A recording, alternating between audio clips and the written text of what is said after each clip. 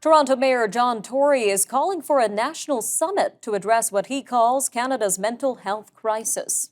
He's calling on Canada's mayors, ministers, premiers, and the Prime Minister to take part in this summit to discuss how better to support people living with mental health and addictions challenges. Today, January 25th, is also Bell Canada's Let's Talk Day. However, talking about it might not be that easy.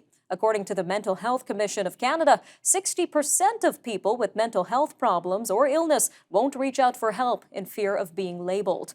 Well, joining us now to talk more about the importance of mental health and overcoming the stigma associated with it is Dr. Patrick Corrigan, a U.S.-based author and mental health advocate. Dr. Corrigan, welcome to Forum Daily. Thank you for having me. Now, the topic of mental health is really coming to the forefront, especially following the pandemic, or at least the height of the pandemic. What have you been hearing from other professionals regarding this shift? I think everybody's concern about mental health challenges increasing is right on. In some ways, the pandemic was a perfect storm. There was the stress related to it and the sickness and death people experienced. There was the staying in place, being separated from your support network and your mental health providers.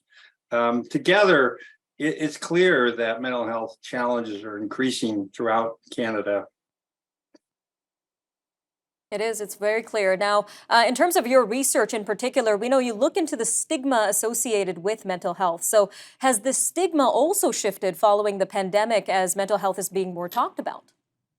Well, stigma about anything has gone up a lot through the pandemic. We wrote a paper that suggested that people involved in concerned about COVID were likely to be viewed more negatively. Actually, the social distancing thing, while it was an essential way to deal with the pandemic, it probably made stigma worse because it's sort of the message you need to stay away from these people. When you combine the existing stigma of mental illness is quite significant with this new one. The experiences people had are even worse. And from your research, what have you found to be the best ways to address this sort of stigma in society, or at least help a patient deal with the stigma? Well, there's big picture issues and there's small picture issues. The big picture issues is the way to change stigma is really not through education. It's really not going around saying mental illness is a brain disorder. We haven't changed white attitudes about Blacks by going around educating people about it. It's people coming out. It's people telling their stories of recovery. It's learning that, in fact, people can achieve their goals and overcome their symptoms and learn how to live with it quite successfully. And the only person who can do that is a person with lived experience. What does that mean for the individual? I am not necessarily saying your viewers should go out and disclose automatically. I think they should be judicious about it. They may want to find someone who is safe, supportive, hopeful, who you can disclose to and share your stories. You're not living with it all by yourself. Of course, mental health providers do that.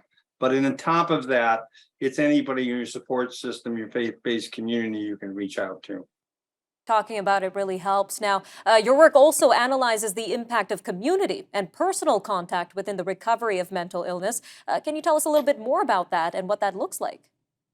Yeah, that, again, what I was just saying, if I might use an analogy, one of the ways we changed attitudes about the LGBTQ movement was not educating people about the fact that they're normal. It's about 20, 30, 40 years ago they came out.